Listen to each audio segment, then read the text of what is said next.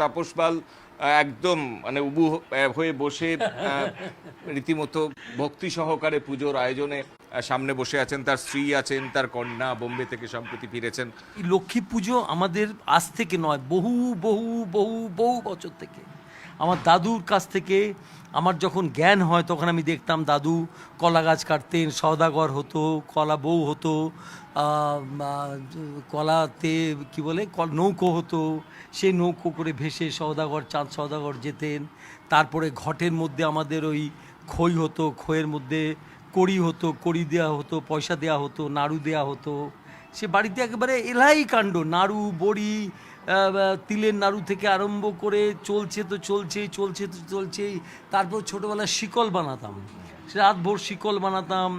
সেই দিনগুলোর কথা এখনও মনে পড়ে। বংশ পরম্পরায় যেটা হয় সেটা আমার স্ত্রী নন্দিনী নিশ্চয়ই করছে, এবং তার সহযোগী বলবো আমাদের সন্তান, আমার লক্ষ্মী, আমার লক্ষ্মী মার নাম হচ্ছে, আমি লিখে রাখি দোলন মা বলে আমার লেখা রয়েছে।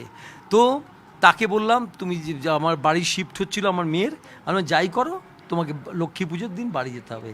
লক্ষ্মী পুজোর আগের দিন বাড়ি নিয়ে চলে এলাম। এই লক্ষ্মী পুজো হচ্ছে এবং সেই আগের মতন আমাদের সেই লক্ষ্মী পুজো হচ্ছে। কি ভোগ হচ্ছে?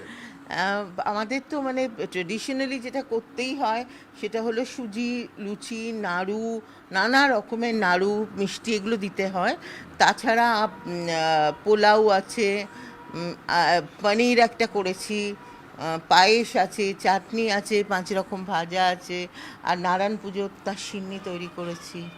এটা এইগুলো আমি কখনো খাবারে কখনো আমি বাধা রাখি না। আমি ওয়ার্কআউট বেশি হয়তো করব ফেরত গিয়ে, but no regrets about eating. এটা is one of the USP কেন আমি এসছি বম্বে থেকে মায়ের হাতে ভোগ খাবো বলে। আবহ সঙ্গীত হিসেবে লক্ষ্মী পুজোর গানও কানে ভেসে আসছে। সব মিলিয়ে এই গল্ফ ক্লাব রোডের যে তাপস পালের বাড়ি, সেই বাড়িতে প্রতি বছরই যেমন পুজো হয়, এবারও তার অন্যতা হচ্ছে না। এবারের বাড়তি নজর হচ্ছে সোহিনীর কলকাতায় আসা এবং বাবা মার সঙ্গে একসঙ্গে পুজো অঞ্জলি দেওয়া।